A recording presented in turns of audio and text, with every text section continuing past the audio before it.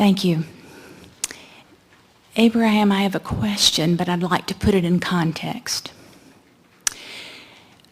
I am struggling with, how do I know what I want to do? You'll never know while you're struggling. Okay.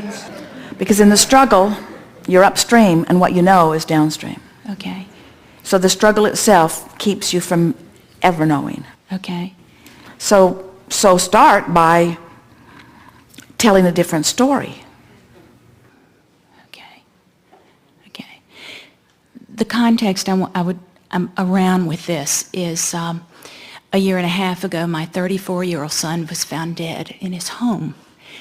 And we do not know why, and we will probably not ever know why. The journey I've had this year and a half has taken me through incredible grief. And there is something about this that I feel like there's something I'm supposed to do with it.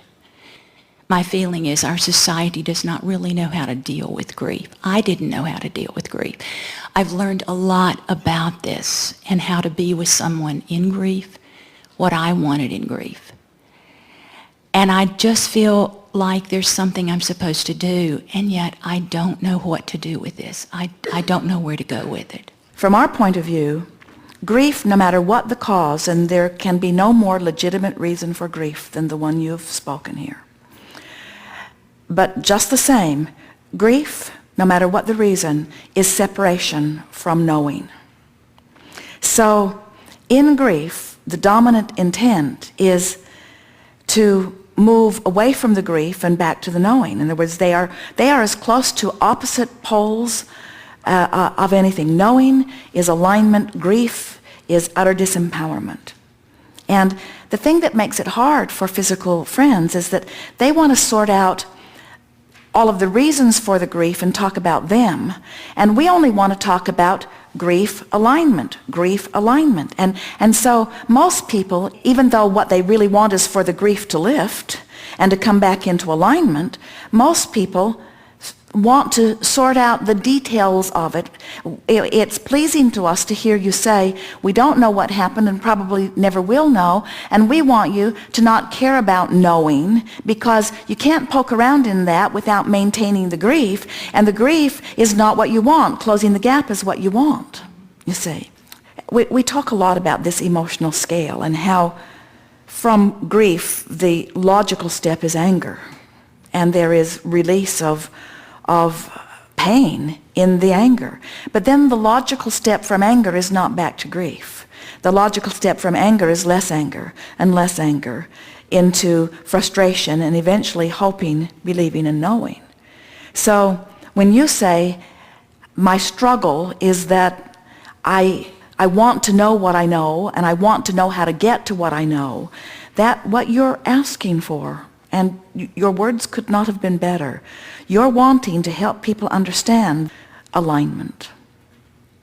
When you decide that you want to feel good and you begin listening for the way you are feeling and choosing your thoughts based upon how the thought feels and showing yourself that you can return to the alignment that is natural to you, your grief will lift. And so here are a series of statements that we want to say.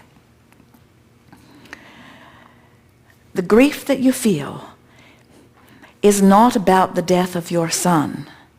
It's about the lack of alignment between you and you. Now, of course, that was the catalyst. And of course, if that hadn't happened, you would not be experiencing this grief. But we want to say, people say, I feel terrible because I miss this person who is no longer physically here with me.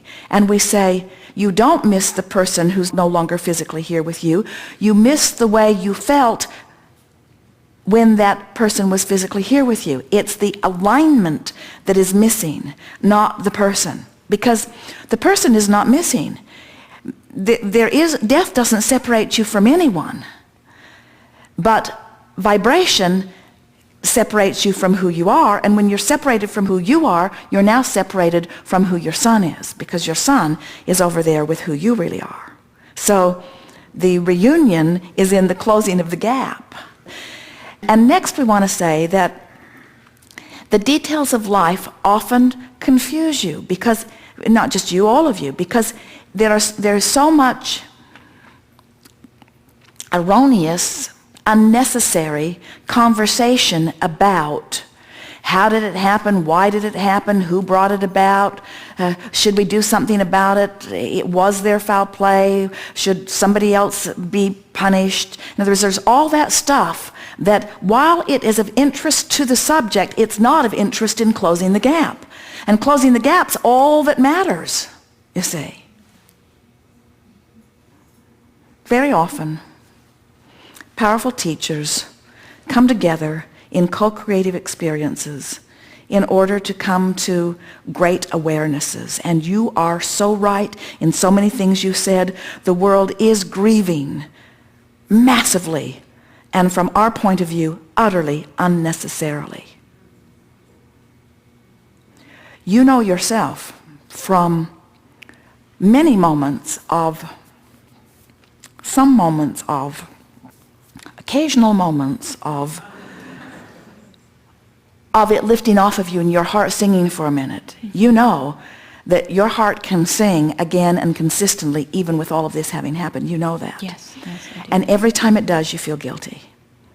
Your heart sings for a moment, and then you think, given the circumstances, I've got no business having a happy heart.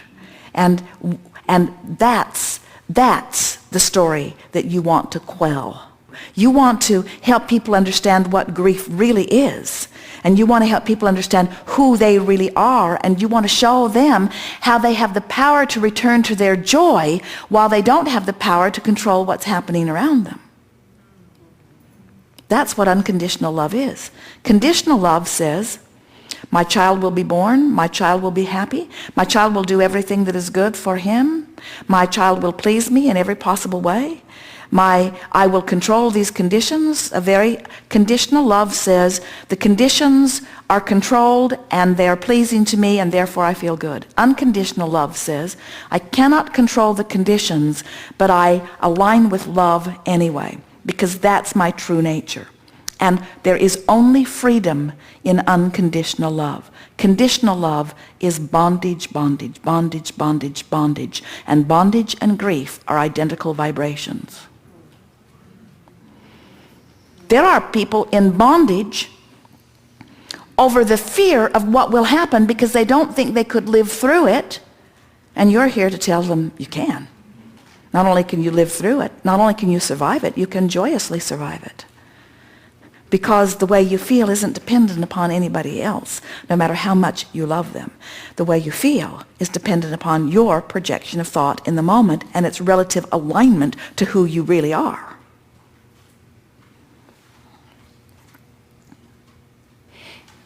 The struggle with this action-oriented that I've heard before, I feel disconnected from trying to be where I am, closing the gap, and then where is the next step? Well, that's because you're just getting the cart before the horse, so to speak. In other words, work on the alignment as best you can, and new and next logical steps will begin to appear to you. In other words, when you say, I don't know what to do, and there is confusion because you don't know what to do, it's because you haven't done the aligning thing first. And when you do the aligning thing first, what to do will occur to you, and it will feel right on, you see. Okay.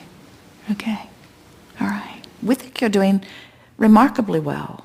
Things that seem so wrong and so challenging and so unnecessary and so unforgivable and so awful are the things that cause the greatest parlaying of desire. And when you line up with that kind of desire, oh, do the heavens sing, you see. Okay. Thank you. You don't need tragedy for your heart to sing, but your heart doesn't need to stop singing with tragedy. Right. Thank Good. you. Thank you.